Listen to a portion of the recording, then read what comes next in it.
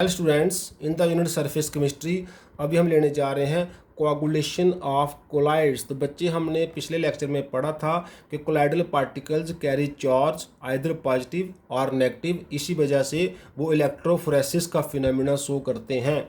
तो बच्चे, अगर हम किसी कोलाइडल पार्ट सोल्यूशन में कोई इलेक्ट्रोलाइट ऐड कर दें तो जो इलेक्ट्रोलाइट के अपोजिट आयन होंगे than that of the colloidal particle, वो उस कोलाइडल पार्टिकल को न्यूट्रलाइज करके उनकी कोआगुलेशन करवा सकते हैं, उनकी एग्रीगेशन करवा सकते हैं और वो नीचे सेटल कर जाते हैं। इसी प्रोसेस को बोलते हैं कोआगुलेशन ऑफ कोलाइड।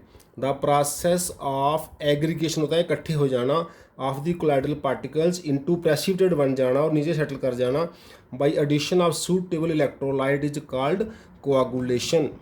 बच्चे, इसके साथ ही the minimum amount of an electrolyte in millimoles that must be added to 1 liter of a colloidal solution so as to cause its complete coagulation, उसी को बोलते हैं कोआगुलेशन या precipitation value of the electrolyte.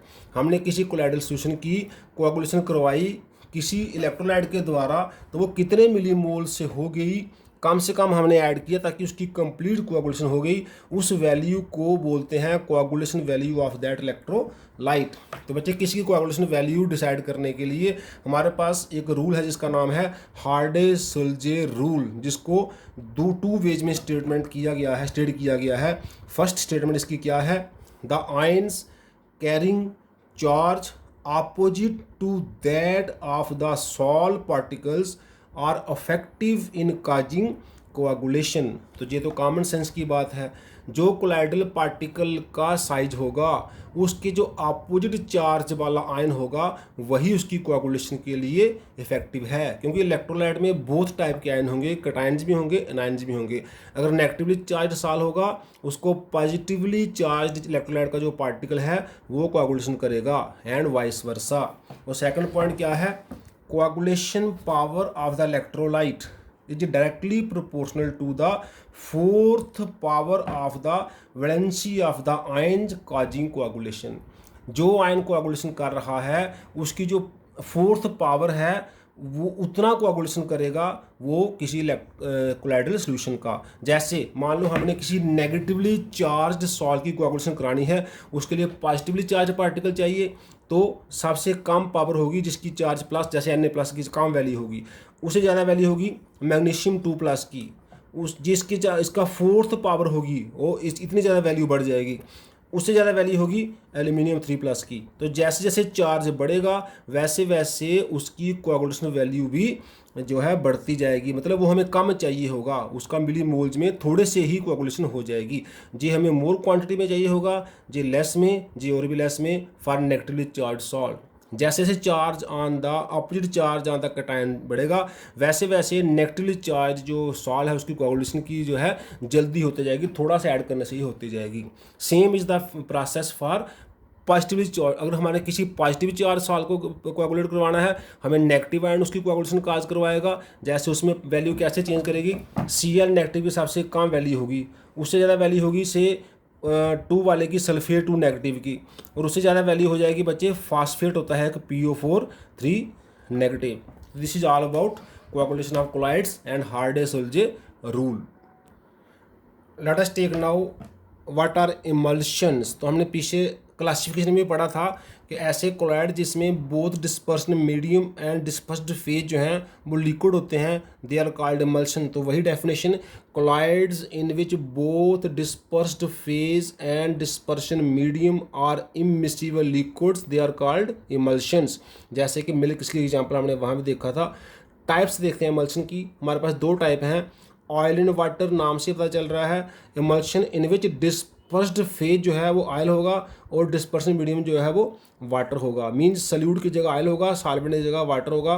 जैसे milk है वो हो जाएगा ऑयल इन वाटर, और reverse water in oil. If dispersed phase is water and dispersion medium is oil then it is water in oil type emulsion. जैसे butter है, cold cream है। Identification करनी है इमल्शन की हमने कि वो ऑयल इन वाटर है या वाटर इन ऑयल है। हमारे पास 2 मेथड हैं। फर्स्ट मेथड है डिल्यूशन टेस्ट। इफ़ इमल्शन जो है can be diluted with water, अगर उसमें वाटर मिला सकें तब वो ऑयल इन वाटर है। जैसे मिल्क है, मिल्क को हम डिल्यूट कर सकते हैं तो वो oil in water type emulsion है। लेकिन इसका रिवर्स है, अगर डिल्यूट नहीं कर सकते हैं, जैसे बटर को डिल्यूट नहीं कर सकते हैं, तब वो वाटर इन ऑयल हो जाती है। ऐसे एक है डाई टेस्ट। अगर किसी इमल्शन में हम कोई ऑर्गेनिक डाई ऐड करें और वी गेट होल बैकग्राउंड, जैसे होल बैकग्राउंड जो है कलर्ड हो जाए, मीन्स सारा ही डिस्पर्सन मीडियम कलर्ड हो जाए, तो बीच में वाटर के ड्रॉप्स बच जाएं, उसको बोलते हैं water in oil type emulsion. और अगर खाली जो हमारे पास पार्टिकल्स हैं वही कलर अब्जॉर्ब करें, कलर्ड ड्रॉप्स, जैसे ये कलर्ड ड्रॉप्स दिख रहे हैं, उसको बोलते हैं oil in water type emulsion. जिस इमल्शन का होल बैकग्राउंड कलर हो जाए ऑर्गेनिक डाई से, वो वाटर इन ऑयल है। अगर कलर ड्रॉप्स ही दिखें तब वो ऑयल इन वाटर है। तो ये दो सिंपल टेस्ट हैं फॉर आइडेंटिफिकेशन ऑफ इमल्शन। आगे प्रेपरेशन के लिए बहुत ही सिंपल है। हम क्या करेंगे, डिस्पर्सन मीडियम लेंगे जो भी लेना है, डिस्पर्स्ड फेज लेंगे, दोनों लिक्विड होंगे, एक ऑयल होगा एक वाटर होगा, बीच में कोई स्टेबलाइजिंग या इमल्सीफाइंग एजेंट जो है वो ऐड करेंगे, उसको स्ट्रांगली विग्रसली शेक करना है फॉर सम टाइम, हमें डिजायर्ड टाइप ऑफ इमल्शन मिल जाएगी। अगर ऑयल की कंपोजिशन ज़्यादा है, फैट की कंपोजिशन ज़्यादा है, तो वो वाटर इन ऑयल टाइप हो जाएगी। अगर वाटर की कंपोजिशन ज़्यादा है तो वो oil in water type emulsion हो जाएगी। जैसे सोप्स हैं, डिटर्जेंट्स हैं, वो जनरली हम यूज़ करते हैं emulsifying agents.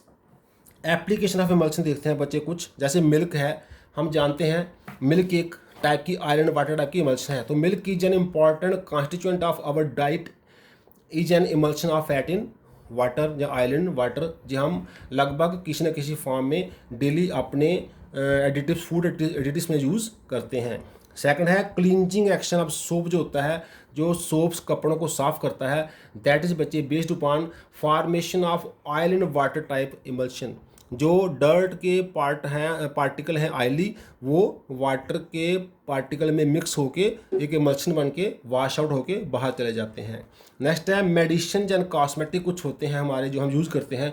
The various medicine and cosmetics available in liquid form such as syrups हैं, कुछ बच्चे ऑइंटमेंट्स हैं, etcetera, are basically emulsions of either oil in water और वाटर इन ऑयल टाइप।